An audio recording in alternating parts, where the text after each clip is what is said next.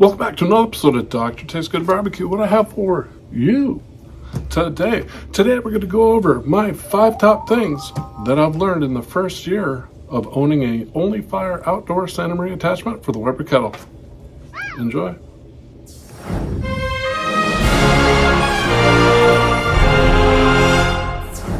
I figured today was a good day to film this one because I am swapping out my red kettle here with a Weber Performer that I picked up for free. Can't beat that price. But you can see the lean on it. So number one is you don't need a big fire to cook on the Santa Maria attachment. So hopefully you can see that severe front lean to it.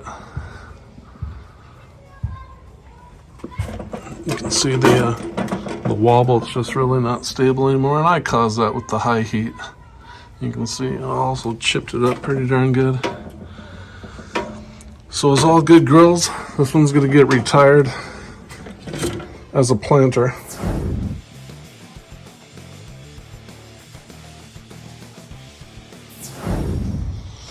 On the inside here, so I thought I was being pretty smart. So I had noticed that my grates were warping, so I put 2 in. And like dummy like me, I just kept putting big fires in there. So that's kind of how I solved it. I'd stack them in there.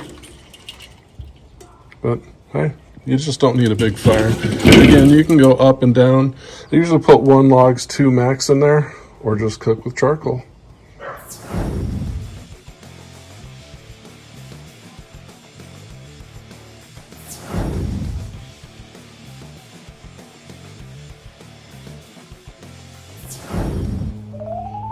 Let's move right into number 2, lid storage. Now, when you're getting this, you may get some pushback. Where are you going to put it? What are you going to do with it? And it's not so much the lid, it's the whole unit itself. You may be asked by your spouse or significant other, where are you going to store this thing?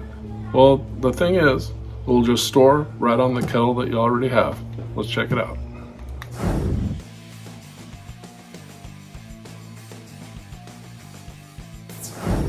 So it took me a little while to learn this one, but it just slides right on like so.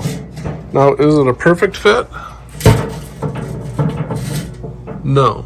So if you want to really snuff your fire out, you're gonna have to take this off and then pop your lid on. But as far as storage goes, it will set right on there. So it's not taking up any more square footage than the regular grill. Number 3, don't rush the cook. Now what I mean by this is it's going to take a lot longer to cook with this style than it is, say, if you had your lid on your kettle. Just budget for that. The best way of putting that is we're cooking to temperature, not time, and this is going to take longer.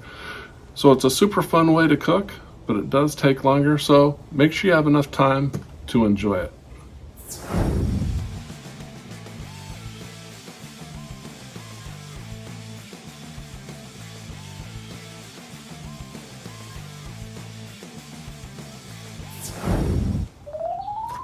Number 4, the rotisserie is a pain in the ass to clean. Yes, it is fun to cook on.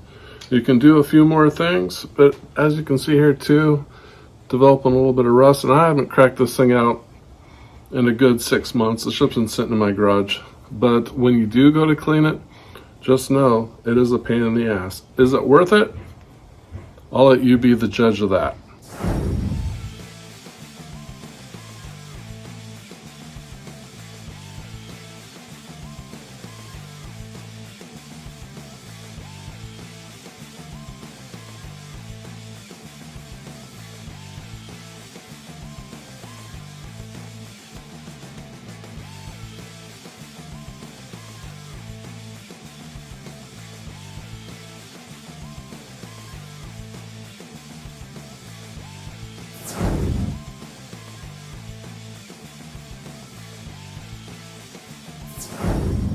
So number 5, does this attachment fit on the S&S kettle?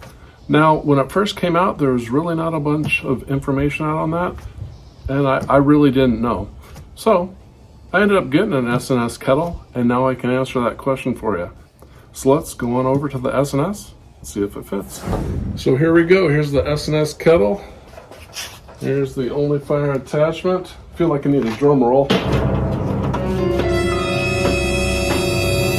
the answer is it does not. It's not big enough to cover the outside edge of the grill. So you have a gap there, it'll be very unstable. If you are on the market for a Santa Maria attachment for your S&S kettle, I will put a link down in the description below to the Burn Shop. You can find them over on Instagram, make some quality stuff for that.